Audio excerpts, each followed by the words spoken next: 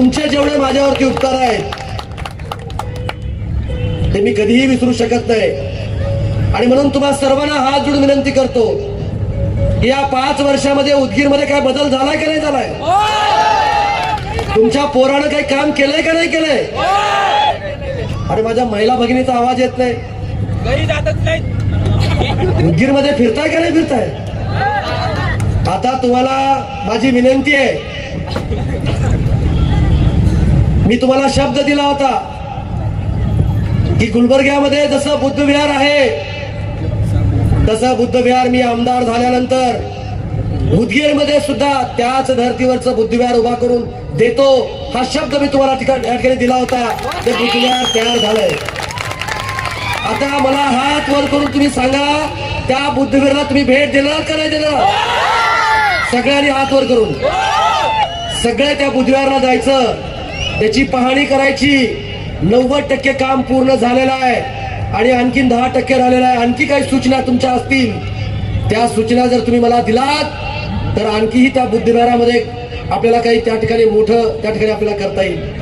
20 कोटी रुपये आपण त्या बुद्धविहार उभा करण्याकरता आपण त्या ठिकाणी दिलेले आहे. तशाच पद्धतीने आपण जळकोटमध्ये सुद्धा एक चांगल्या पद्धतीचं बुद्धविहार उभा करण्याचं आपण काम त्या ठिकाणी केलं. उदगीरमध्ये डॉक्टर बाबासाहेब आंबेडकरांचा पुतळा चांगल्या पद्धतीचा असला पाहिजे हे सर्व बौद्ध उपासक उपासकांनी मला सांगितलं आणि म्हणून आपण दिल्लीमध्ये जसा पार्लमेंटच्या समोर जसा बाबासाहेबांचा पुतळा आहे त्याच धर्तीवरती 15 फुटाचा 25 फुटाचा चबुतरा आणि 15 फुटाचा पुतळा आपण उदगीरमध्ये उभा करण्याचं काम त्या ठिकाणी आपण करतोय. त्याची सुरुवात सुद्धा त्या ठिकाणी झालेली आहे. बाळा ते पण होईल, काळजी करू नको. आणि म्हणून ज्या काही तुमच्या सगळ्याच्या सूचना होत्या, तुमचा जनसेवक तुमचा लोकसेवक म्हणून ते पूर्ण करण्याचं काम मी त्या ठिकाणी केलेलं आहे. आपण नामांतरीच्या चळवळीमध्ये इथं देवीदास कांबळे साहेब अनेक मंडळी ज्येष्ठ मंडळी त्या ठिकाणी बसलेत. एक पिढी आपली डॉक्टर बाबासाहेब आंबेडकरांचं नाव विद्यापीठाला दिलं पाहिजे म्हणून एक अख्खी पिढी त्या ठिकाणी बर्बाद झाली आणि 1994ला आपण नामविस्तार घेतल्याशिवाय आपण स्वस्त बसलो नाही. आज आपल्या देशामध्ये आपला देश ज्या संविधानाने चालतो, ज्या बाबासाहेबांच्या घटनेमुळे चालतो,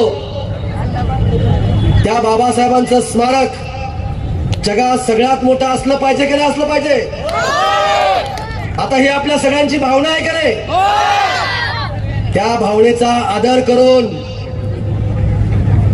या देशाचे पंतप्रधान नरेंद्र मोदींनी हिंदू मिलची जागा आपल्या समाज बांधवाच्या ताब्यात दिली आणि त्याचं भूमिपूजन झालं त्यांच्या हस्ते. आणि म्हणून मी राज्यातला एकमेव बौद्ध समाजाचा मंत्री असल्यामुळं माझ्यावरती ती मोठी जबाबदारी होती.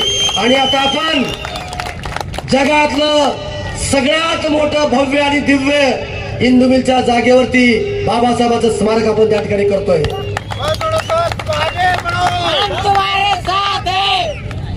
अशा अनेक गोष्टी, लंडन मधलं घर असेल जिथं बाबासाहेबांचा जन्म झाला, मुहू मध्ये मध्य प्रदेश मधलं घर असेल, रत्नागिरी जिल्ह्यातलं आंबेडकरचं घर असेल, जिथं जिथं बाबासाहेब गेले पाय ठेवले तिथले सर्व तीर्थक्षेत्र आपण सगळं डेव्हलप करण्याचं काम आपण त्या ठिकाणी करतोय आणि ते करण्याचं काम तुमच्या आशीर्वादानं मी त्या ठिकाणी करतोय. गेली 4.5 वर्ष 5.5 वर्ष मी प्रामाणिकपणे आपली सेवा केलेली आहे. आता विधानसभेच्या निवडणुकीला फक्त 3 महिने बाकी राहिले. आता तुमचा आशीर्वाद असला पाहिजे अशी विनंती या ठिकाणी मी तुम्हाला सगळ्यांना करतो. असणार का नाही असणार?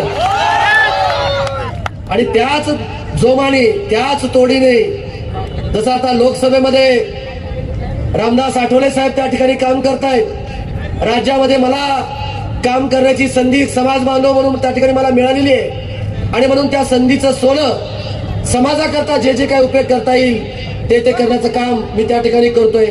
आपले मुलं, बाबासाहेबांनी जो मंत्र दिला होता, शिका, संघटित व्हा आणि संघर्ष करा. तुम्ही संघटित होऊन या भागाचा राज्यकर्ता बनवण्याचं काम तुम्ही मला या ठिकाणी केलं. आणि जिथं अन्याय होतोय तिथं संघर्ष करण्याचं काम सुद्धा तुम्ही आणि मी त्या ठिकाणी करतोय. आणि सगळ्यात महत्वाचं म्हणजे आपण शिक्षण शिकून आपण मोठ्या पदावरती आपण त्या ठिकाणी गेलं पाहिजे, हे भूमिका बाबासाहेबांनी घेतली होती. म्हणून परदेशामध्ये दरवर्षी महाराष्ट्र शासनाच्या वतीनं फक्त आणि फक्त 50 विद्यार्थी त्या ठिकाणी पाठवले जात होते. पण मी मंत्री झाल्यानंतर तो कोठा वाढवून आता आपण 500 मुलं दरवर्षी आपण एसटीचे मुलं परदेशात आपण त्या ठिकाणी पाठवतोय. अशा अनेक गोष्टी, महत्वाकांक्षी गोष्टी त्या मंत्रिमंडळामध्ये बसून आपण करण्याचं काम आपण त्या ठिकाणी करतोय. काही लोक जाणून बुजून आपल्या समाजामध्ये येऊन सातत्यानं सांगतायत की हे मंडळी आली तर घटना बदलतील, हे मंडळी आली तर तुमचं आरक्षण रद्द होईल. अहो, तुम्ही माझ्यासारख्या माणसाला तिथं कशाला पाठवलंय? या देशामध्ये कोणता जरी माईचा लाल जर पैदा झाला तर या देशाची घटना कुणी बदलू शकत नाही. कुणामध्ये हिंमत नाही. हे बाबासाहेबांचे छावे आहेत. हा, आणि म्हणून कुठल्याही भूलथापेला बळी पडू नका, अजिबात बळी पडू नका. म्हणून आपण एक संघ, आपण संघटित होऊन आपण पुढे त्या ठिकाणी आपण काम करूया. परत एकदा मी मनापासून हे जे डॉक्टर बाबासाहेब आंबेडकर सार्वजनिक जयंती उत्सव समिती आहे, मग शशीभाऊ, मी सर्वांचेच नावं मला इथं घेता येतील म्हणून मी सर्व समितीचे मनापासून या ठिकाणी आभार व्यक्त करतो. आणि तुम्ही मोठ्या संख्येनं भीम सैनिक, बौद्ध उपासक उपासिका या ठिकाणी आल्याबद्दल तुमचे सुद्धा मनापासून या ठिकाणी मी आभार व्यक्त करतो आणि थांबतो. जय हिंद, जय महाराष्ट्र, जय भीम.